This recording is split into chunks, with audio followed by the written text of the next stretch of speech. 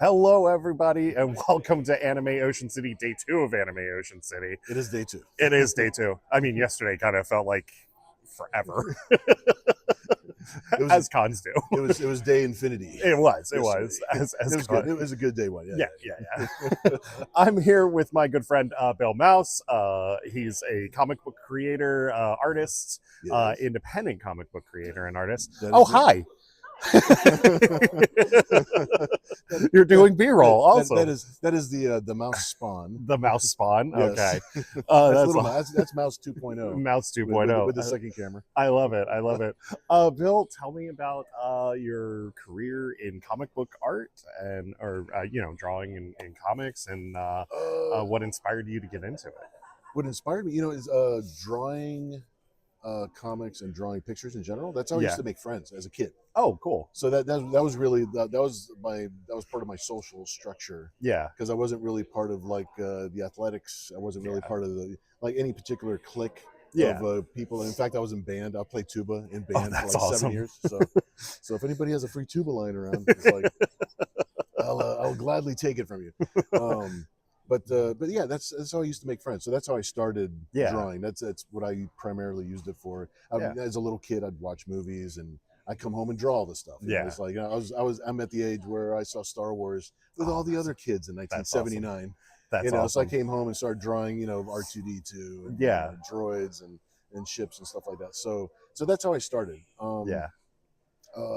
As far as school, I was always drawing when I wasn't supposed to be. Okay. So I'm not really good as far as talking to the youth about how they're supposed to handle their education.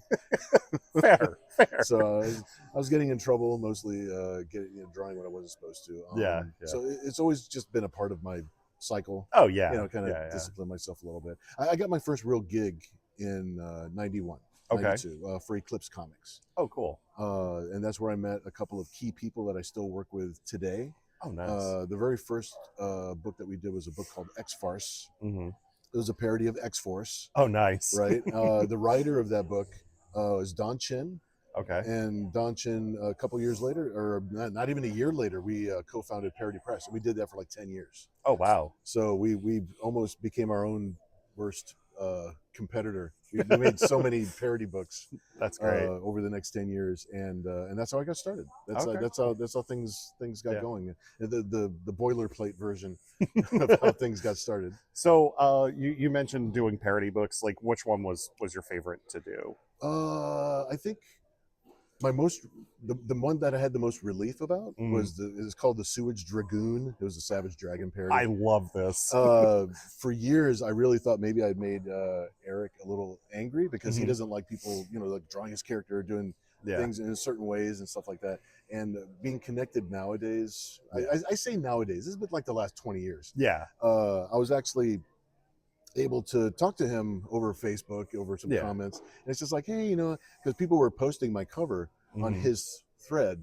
Oh. And so I was just oh man, this is coming up. I wonder, if he's angry that I did that. Yeah. And luckily he actually was not. I actually got his blessing, so to speak. Oh, very cool. Right. So it was very nice. One of the favorite ones I think I did was Yawn. It was a Spawn parody.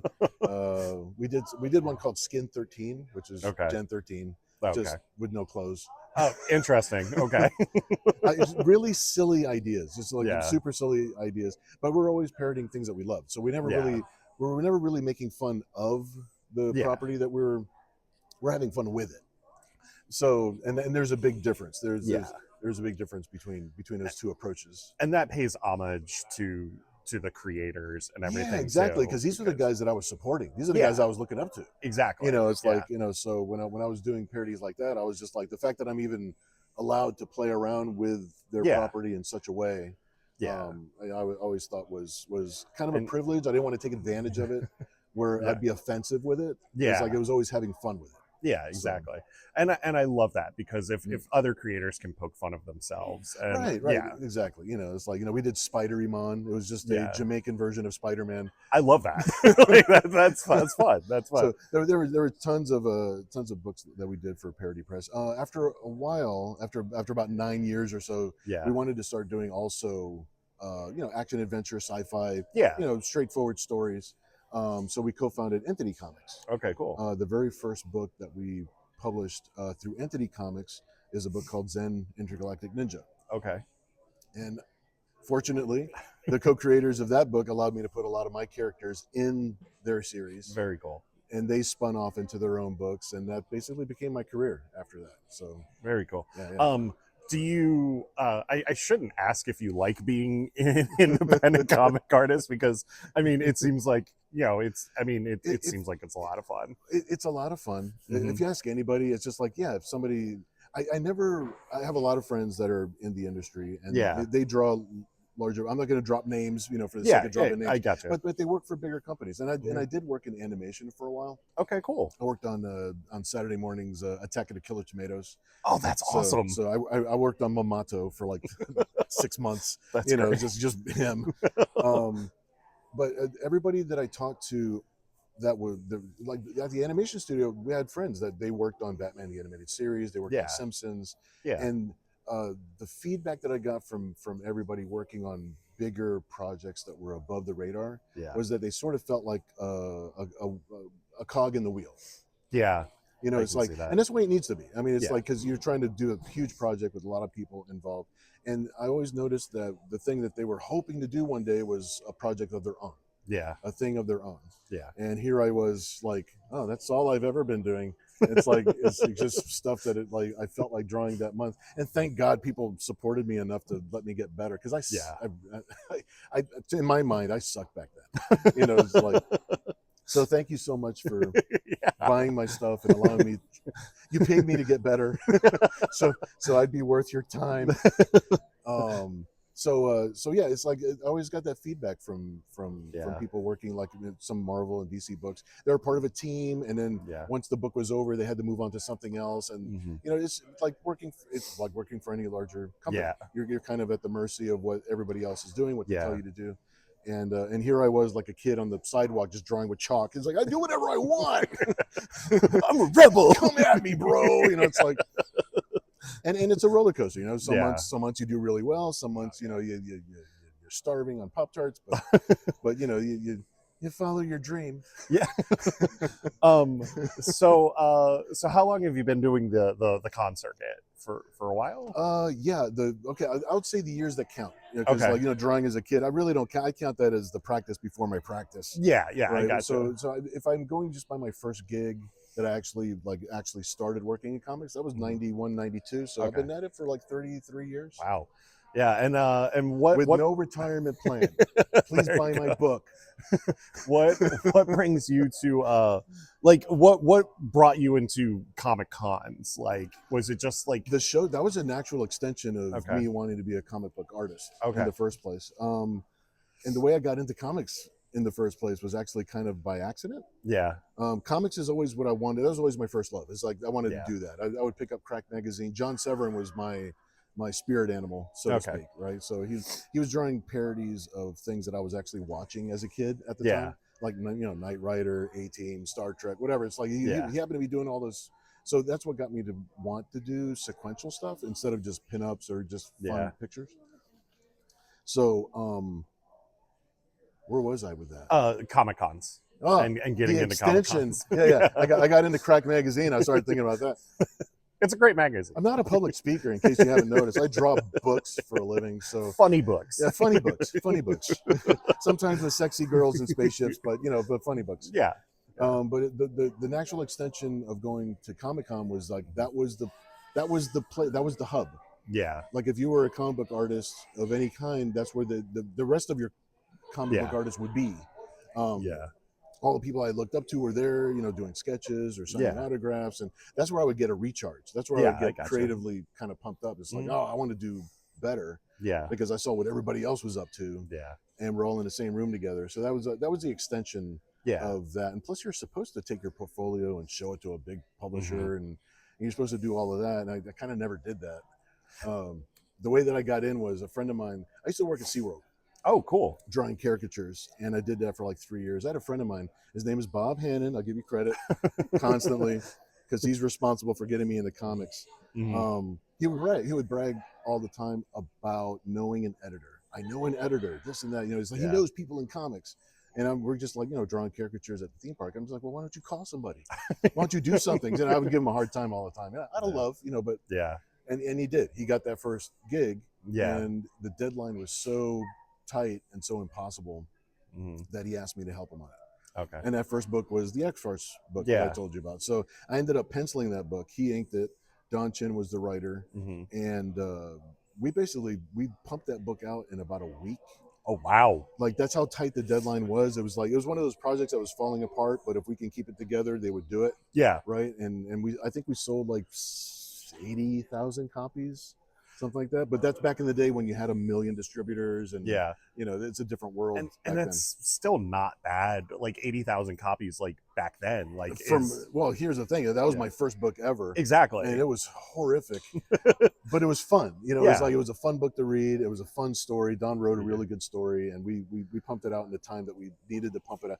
We were at his apartment. Like I would pencil a page, I would throw it at him, and he would be inking while I'm penciling the next one, and we were just doing that for like 5 days straight. Oh, that's great. Just like so just boxes of pizza piled high.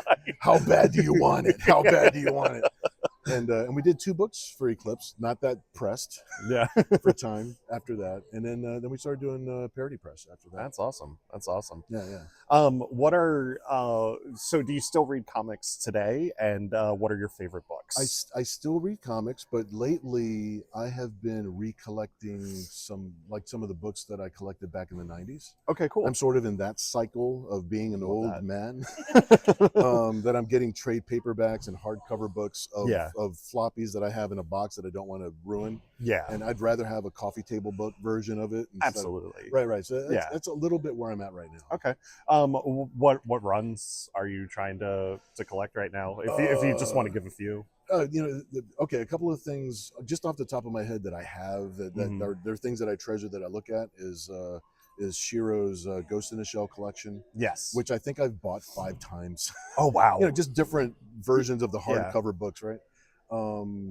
Frank Miller's Dark Knight.